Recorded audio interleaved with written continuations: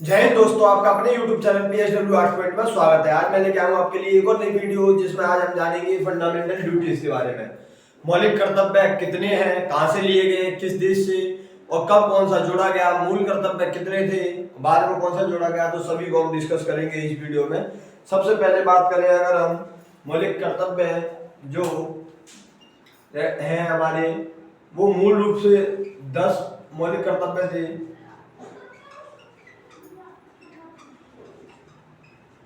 वर्तमान में कितने हैं? 11।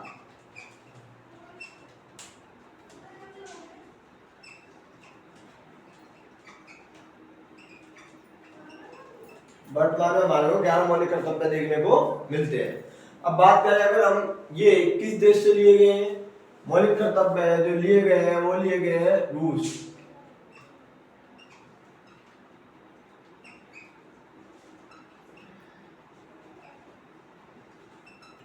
जो मौलिक कर्तव्य का कॉन्सेप्ट लिया गया है ये किस देश से लिया गया है? रूस से।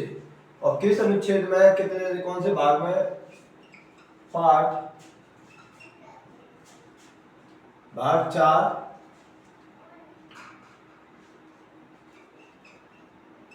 Article 51A। ओके, जो मौलिक कर्तव्य रखे गए हैं हमारे वो भाग 4 के अंतर्गत संविधान के और अनुच्छेद 51A में रखे गए हैं। Okay, 51A। और बात करें अगर हम किस समिति की सिफारिश पर मौलिक कर्तव्य को जोड़ा गया था, सरदार स्वर्ण सिंह समिति की सिफारिश पर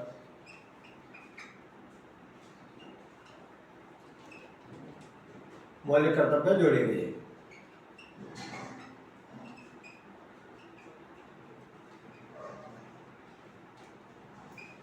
ओके, जो मौलिक कर्तव्य जोड़े गए थे भारतीय संविधान में वो किस समिति की सिफारिश पर जोड़े गए थे?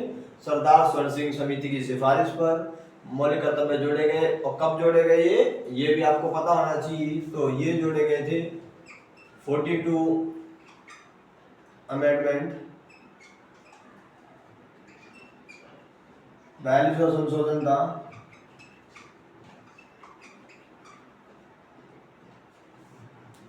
ओके, और 1976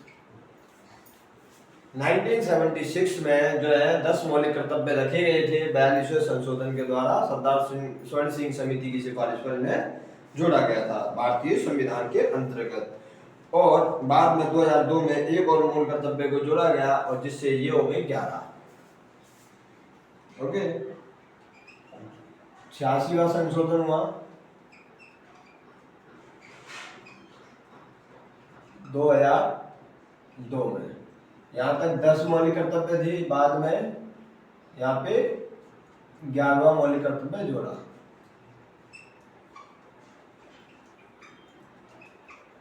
हम अभी वो 11 के 11 की बात करेंगे। 11वां मौलिक कर्तव्य था कि माता पिता का, हर किसी माता पिता का कर्तव्य होगा कि अपने 6 से 14 वर्ष तक की आयु के बच्चों को वो शिक्षा दिलवाएंगे। तो ये 11वां मौलिक कर्तव्य जोड़ा गया था। पहले 10 मौलिक कर्तव्य थे, बाद में 11वां मौलिक कर्तव्य भारतीय संविधान में ये जोड़ दिया गया। ओके, अगर हम बात करें सरदार स्वर्ण सिंह समिति की सिफारिशों की, तो उन्होंने आपातकाल के दौरान मूल कर्तव्यों की आवश्यकता में महसूस करा के मूल कर्तव्य होने चाहिए। ओके, तो ये है। अब बात करते हैं हम मौलिक कर्तव्य है कौन कौन से हमारे। जो मौलिक कर्तव्य हमारे देखने को मिलते हैं 11 मूल कर्तव्य की सूची देखते हैं हम। सबसे पहले अगर बात करें हम, जो हमारे को देखने मिलता है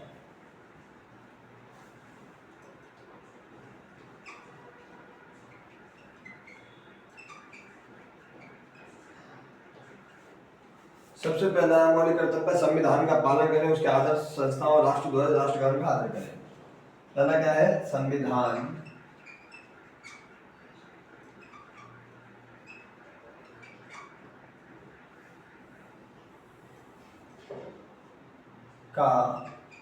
का पालन करें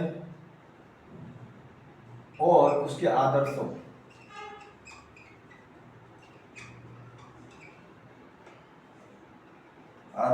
संस्थाओं राष्ट्रध्वज और राष्ट्रगान का आदर करें।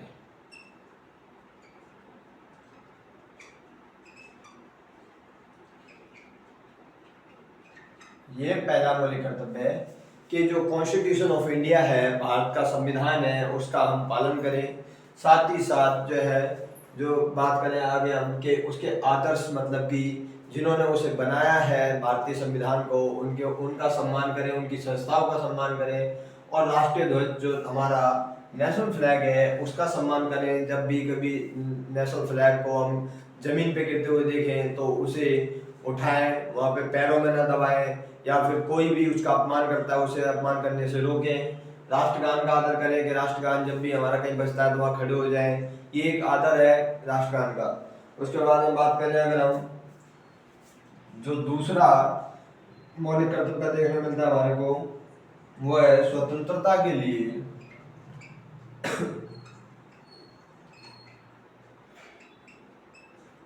स्वतंत्रता के लिए हमारे राष्ट्रीय आंदोलन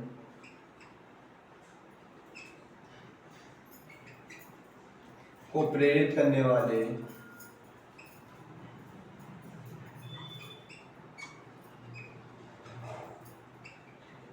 उच्च आदर्शों,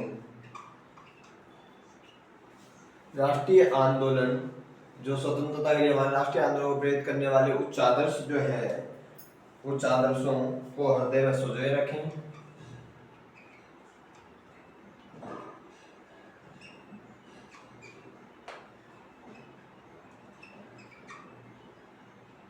और उनका पालन करें।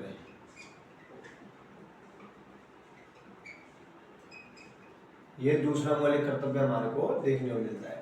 जैसे कि राष्ट्रीय आंदोलन में जिन भी लोगों ने महत्वपूर्ण भूमिका निभाई, चाहे वो हम भगत सिंह की बात करें, चाहे चंद्रशेखर आजाद की बात करें, चाहे फिर सुभाष चंद्र बोस की बात करें, चाहे महात्मा गांधी की, सभी को अपने हृदय में संजोए रखें। और साथ ही साथ जो राष्ट्रीय आंदोलन को प्रेरित करने वाले हमारे आदर्श हैं उनका हमेशा सम्मान करें। तीसरा जो मौलिक कर्तव्य हमारे देखने मिलता है, भारत की संप्रभुता, एकता, अखंडता,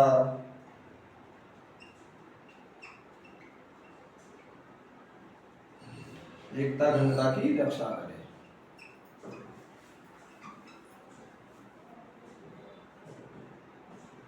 ओके, तीसरा मौलिक कर्तव्य हमारे को क्या देखने मिलता है, भारत की संप्रभुता, सॉवरेनिटी एंड यूनिटी और डाइवर्सिटी को बनाए रखें, उसकी रक्षा करें। ओके, संप्रभुता, एकता और अखंडता की रक्षा करें। तो पहला क्या है हमारा, संविधान का पालन करें, उसके आदर्शों को, उसकी संस्थाओं को आदर करें उनका। दूसरा क्या, राष्ट्रीय आंदोलन को प्रेरित करने वाले जो भी हमारे नेता थे उनको अपने हृदय में संजोए रखना। तीसरा है भारत की एकता, अखंडता, संप्रभुता को बनाए रखना। चौथा मौलिक कर्तव्य हमारे देश में मिलता है, देश की रक्षा करना।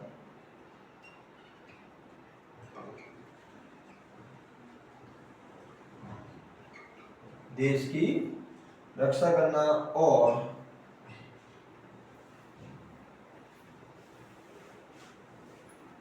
जरूरत पड़ने पर राष्ट्र की सेवा करना।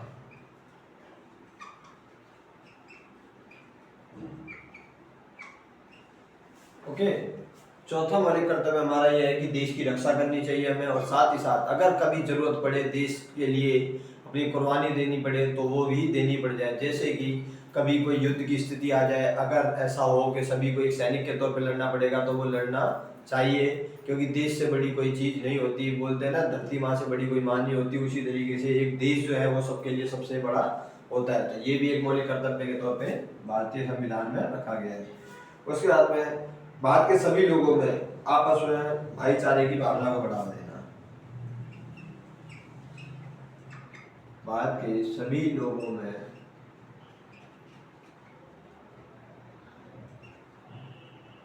भाईचारे की भावना बनाए रखना।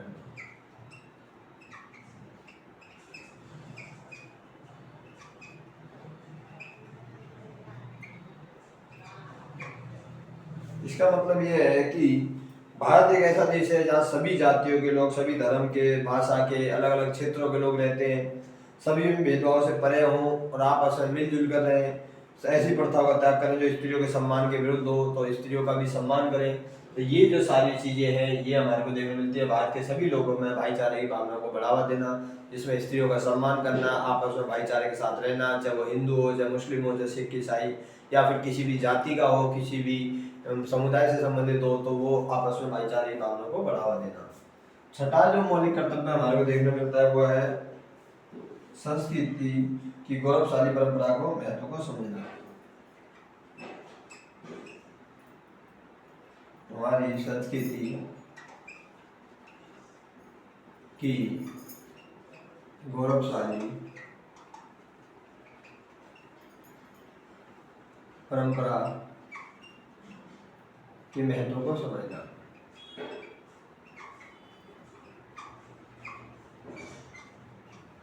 ओके, छठा मौलिक कर्तव्य क्या है हमारा, कि हमारी जो संस्कृति है, जो पहनावा है, खान पान है, रीति रिवाज है, उसको बनाए रखना। लेकिन ये एक मौलिक कर्तव्य है जो लोग हैं आज के टाइम पे भूलते जा रहे हैं। ऐसा इसलिए मैं कह रहा हूँ क्योंकि ज़्यादातर लोग जो हैं वो वेस्टर्न कल्चर को फॉलो करते जा रहे हैं। चाहे अब हम खान पान की बात करें तो मैकडोनाल्ड हो गया, KFC हो गया, या बर्गर, चाउमीन, पिज्ज़ा, ये सब क्या है, बाहर से आया, ये सब चीज़ों को हम फॉलो करने लग गए हैं, जबकि अपना खान पान हम भूलते जा रहे हैं। ओके, उसी की जगह हम बात करें अगर रहन सहन में बदलाव की, तो पहले जो है संयुक्त परिवार हुआ करते थे, अब एकल परिवार में रहना जो प्रचलन शुरू हो गया है। या फिर हम कहें पहले जो है शादी जो हुआ करती थी वो अरेंज मैरिज मोस्टली हुआ करती थी, लेकिन अब लव मैरिज होने लग गई है। तो ये एक मौलिक कदम, वो हमारी संस्कृति जो थी वो धीरे धीरे खत्म होती जा रही है। पहनावे में धोती कुर्ता पहनना पूरी तरीके से खत्म हो चुका है। अब जीन्स पैंट, जीन्स टॉप, ये जो चीज़ें हैं ये सारी चलती हैं। या त्योहारों की बात करें, त्योहार में जितना हम पहले होली दिवाली को महत्व दिया करते थे, उससे ज़्यादा महत्व Valentine day, chocolate day, father day, Christmas day, इनको ज़्यादा सेलिब्रेट करते हैं। तो ये जो चीज़ें हमारे को देखने मिलती है, इससे क्या हमारी संस्कृति का हनन होते जा रहा है। इस मौलिक कर्तव्य को हम लोग नहीं समझते ज़्यादा। उसके बाद हम बात करें प्राकृतिक पर्यावरण की रक्षा करना। प्राकृतिक पर्यावरण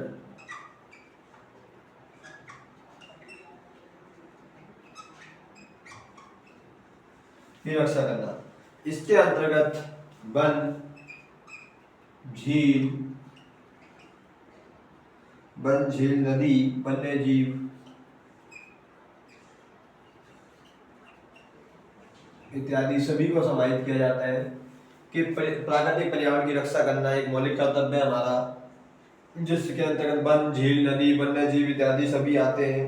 और इनको बचा के रखना, प्राणी मात्र के लिए प्रति दया भावना रखना, ऐसा नहीं कि उनको मार दिया जाए। ओके, उसके बाद में अगर हम बात करें, सबसे पहला संविधान का पालन करना। ओके, राष्ट्रीय ध्वज और राष्ट्रगान का स्मरण करना। दूसरा है स्वतंत्रता के लिए राष्ट्रीय आंदोलन प्रेरित करने वाले उच्च आदर्शों को हृदय में संजोए रखना। तीसरा भारत की संप्रभुता, एकता, अखंडता की रक्षा करना। चौथा देश की रक्षा करना और जरूरत पड़ने पर राष्ट्र की सेवा करना। पांचवा भारत के सभी लोगों में भाईचारे की भावना को बढ़ावा देना। छठा है हमारी संस्कृति गौरवशाली परंपरा को महत्व समझना। और सातवां प्राकृतिक पर्यावरण की रक्षा करना, जिसमें सभी प्राणी जात शामिल है।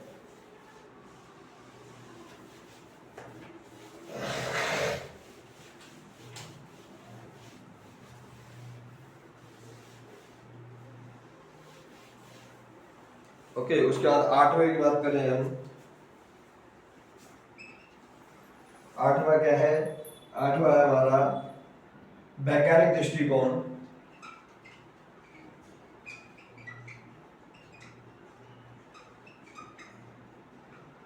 वैज्ञानिक दृष्टिकोण, मानववाद, और ज्ञान अर्जन,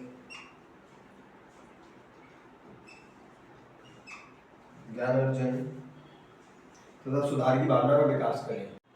आगे अब नौवें मौलिक कर्तव्य की बात करें अगर हम, तो नौवां मौलिक कर्तव्य हमारे देखने मिलता है सार्वजनिक संपत्ति को सुरक्षित रखें। मतलब सार्वजनिक संपत्ति को सुरक्षित रखें और हिंसा से दूर रहें।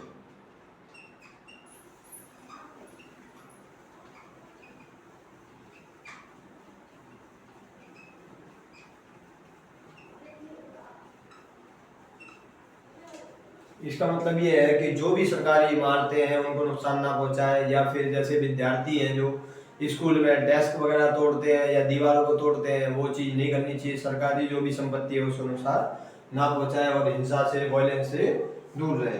उसके बाद 10वां मौलिक कर्तव्य हमारे को जो देखने को मिलता है वो है व्यक्तिगत और सामूहिक गतिविधियों में भाग लें। व्यक्तिगत एवं सामूहिक गतिविधियों में भाग लें। ज़्यादा से ज़्यादा जो भी सामूहिक और व्यक्तिगत गतिविधियां होती हैं पार्टिसिपेशन करना चाहिए उनमें, एक्टिविटीज में। हमारे को सभी क्षेत्रों में उत्कर्ष की ओर बढ़ने का सतत प्रयास करें, जिससे राष्ट्र निरंतर प्रगति करता रहे और तरक्की करता रहे, नई ऊंचाइयों को छुए। जैसे ओलंपिक गेम्स वगैरह हो या कोई भी चीज़ हो जो अंतर्राष्ट्रीय स्तर पर हमारे देखने मिलती है, व्यक्तिगत हो या सामूहिक, उसमें हमारे को भाग लेना चाहिए, जिससे कि हमारे देश का जो है विकास हो सके। उसके बाद में 11वां मौलिक कर्तव्य जो मैंने बताया बाद में ऐड किया गया, 6 से 14 वर्ष तक की आयु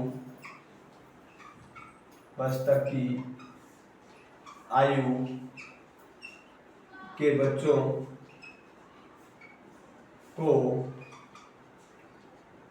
शिक्षा दिलवाएं।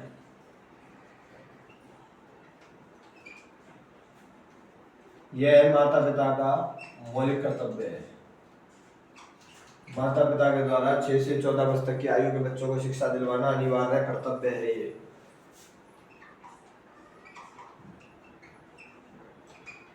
ओके, जो 6 से 14 वर्ष तक की उम्र के बीच अपने बच्चों को शिक्षा के अवसर उपलब्ध कराना, ये कर्तव्य जो जोड़ा गया था, कब जोड़ा गया था? 86वें संशोधन द्वारा सन 2002 में। इस तरीके से टोटल मौलिक कर्तव्य हमारे 11 हो जाते हैं। ओके, तो 11 मौलिक कर्तव्य ये रखे गए हैं। अब इसमें कुछ कमियां भी हैं, कुछ विशेषताएं भी देखने मिलती हैं। कमियां ये हैं कि इसमें और भी मौलिक कर्तव्य जोड़े जा सकते थे, और कमी ये भी है कि इसमें सिर्फ जो पार्ट है भाग 51A के अंतर्गत रखा गया, इसे स्पेशल अलग से भाग में क्यों नहीं रखा गया, भाग 4 में ही रख दिया गया जिसमें नीति एक तत्व भी मौजूद है। तो बहुत सी कमियां भी देखने को मिलती है हमारे को इसमें, लेकिन जो मौलिक कर्तव्य रखे गए हैं ये बहुत सोच समझ के रखे हैं। 11 मौलिक कर्तव्य है, तो ये वीडियो आपके लिए बहुत ज़्यादा हेल्पफुल वीडियो है। ज़्यादा से ज़्यादा इस वीडियो को शेयर करना ताकि दूसरे स्टूडेंट्स हैं उनको भी हेल्प मिल सके, और ज़्यादा से ज़्यादा चैनल को सब्सक्राइब करो ताकि मेरे को भी मोटिवेशन मिल सके आगे वीडियोस बनाने के लिए, आपके लिए ऐसी इंटरेस्टिंग वीडियो और भी मैं लाते रहूँ। तो ज़्यादा से ज़्यादा वीडियो को शेयर करना। थैंक यू गाइस, जय हिंद, जय भारत।